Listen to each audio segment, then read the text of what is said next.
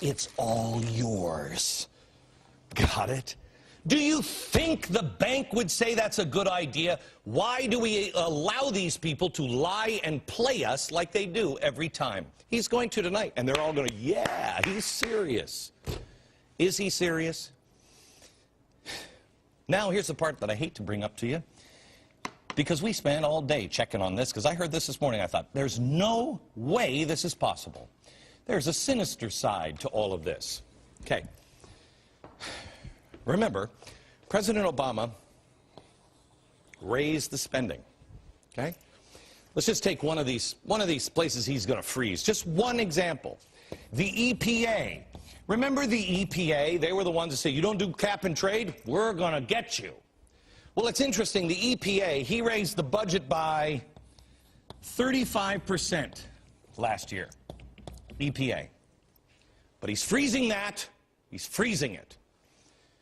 In this freeze, it will prevent the Republicans. It doesn't matter. Congress doesn't matter anymore. You can go out and vote whoever you want. The Republicans cannot cut the inflated budgets for places like the EPA for the next 3 years. The freeze is intact. No cutting. No more, but not a dime less. This is nothing but symbolic nonsense. It's beyond that. It's a joke. It's an insult. The president likes to say he's serious about the economy, but actions speak louder than words. I want you to think about a couple of things. Do you think he was serious about health care? I do. I do. Not about your health, but the power behind health care. He pulled out all of the stops. First, he had the town hall meetings. He was everywhere. Then, of course, he had the goon squads at the town halls to shut down any kind of dissent. There they are, SEIU. They were beating people up. Then they had endless amounts of money spent on speeches, and these ads that were everywhere. Then we showed you the art propaganda.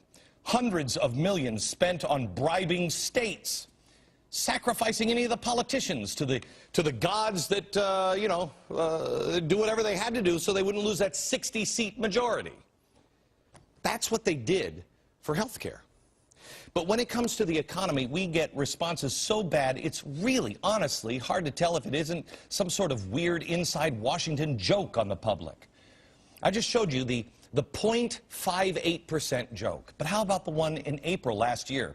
After the Tea Party started getting noticed, President Obama tried to appease by announcing this joke. So what we're going to do is line by line, page by page, $100 million there, $100 million here. Pretty soon, even in Washington, it adds up to real money. That's unbelievable. $100 million in budget cuts. Joe Klein might think that's a lot, but the budget was $3.5 trillion. $100 million out of $3.5 trillion is, you ready? 0.003%. That's a joke. Then we have the president's attempt to create a budget deficit panel. Stop insulting our intelligence, Mr. President. Yes, because the panels have solved so many problems over the years. Let's just take a moment here and think about all the problems that have been corrected and all of the great ideas that have come out of government blue ribbon panels. Let's just make a list of them real quick here. I don't have anything. I thought you did. Nothing? We do not need a panel to figure out how to stop spending. You just stop spending. It's not exactly rocket science. And if it is, let's call the people at NASA. The phones don't seem to be in use right now.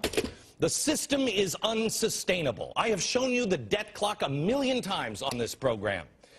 We have over $300,000 per citizen that has to be paid. How are we going to do that? Not everybody makes $300,000. Most of them are on food stamps or welfare rolls lately. Unemployment is up. Unemployment insurance is up. Unemployment is still double digits. But this time, Americans, my apologies to Joe Klein from Time Magazine, are informed. And they will not be bought off with a laughable $100 million bribe or a spending freeze that is a trick to make sure that no one can cut the budget. You see, Mr. President, we're not as easy as Mary Landrieu or Ben Nelson. And so the battle begins. What should the president do?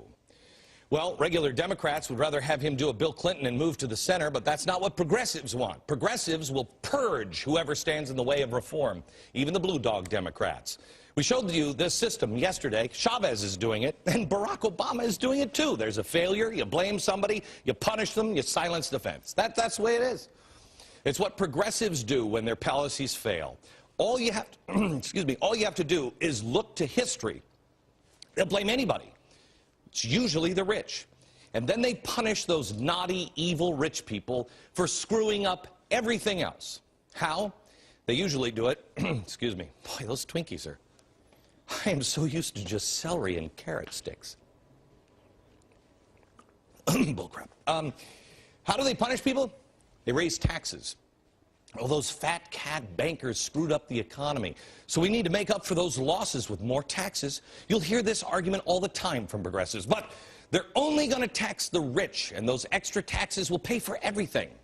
Both claims are, despite what progressives say, history will tell you it is untrue, if anyone will ever do it. Woodrow Wilson, this is an evil SOB, man. You need to read about Wilson. Bad dude. He passed the Revenue Act of 1913. Blatantly unconstitutional, but people let it slide because it was only going to be on the rich. And the rates were so ridiculously low, and they would never be raised. 6 years later, the top tax rate went from 6%. They used the war as an excuse. Wilson went from 6% to 75%. Do you know that FBR said over, I think it was $20,000, 100% tax? Yeah, that's soaking the rich.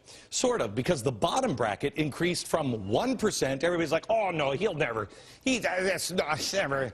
1% to 25%.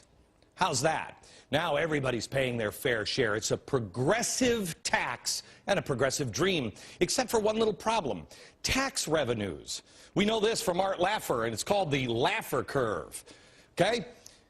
The more you tax, the revenues go down. From 1916 to 1921, returns and net income from the top brackets, when they went from 6 to 75%, think how much money we should have.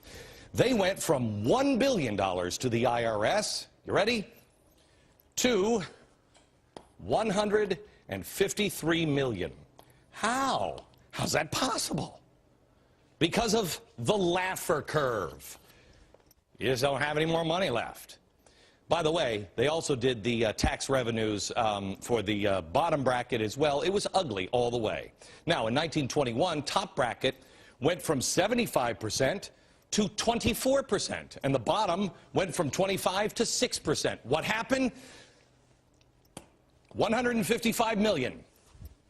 That's what they were making, 153. Went to $361 million by lowering taxes. That's weird, isn't it? $361 million after the tax cuts. It's the same story over and over again. It repeats itself. It did it with JFK. He did the tax cuts, yes, a Democrat. He did the same thing that they did in 1921, had similar results. The tax cuts produced 11% more revenue than projected. Why? Because we hire people, and more people are on the rolls. Reagan tax cuts increased the federal income by more than 40%. Yes, but the deficits, that's not about taxes. That's about spending. Bring the money in and don't spend it. It is nothing but a progressive lie, one that has been spun to the American people for the last 100 years. When you watch the president tonight, you, please, learn history with me every night. Please. The way to solve this is through remembering the past, because you will see right through his promises on the economy. You will know exactly what he's doing because they keep doing it over and over again. And on tomorrow's program, you know, you don't even have to watch this stupid speech tonight. I'll watch it for you so you don't have to. I want to hang myself over watching this. Tonight, I'm going to watch it. And instead of bringing you what he did say, because everybody else will do that tomorrow, when you join me back here tomorrow at 5 o'clock, I'll show you what the president should have said. That's tomorrow's broadcast. Back in a minute.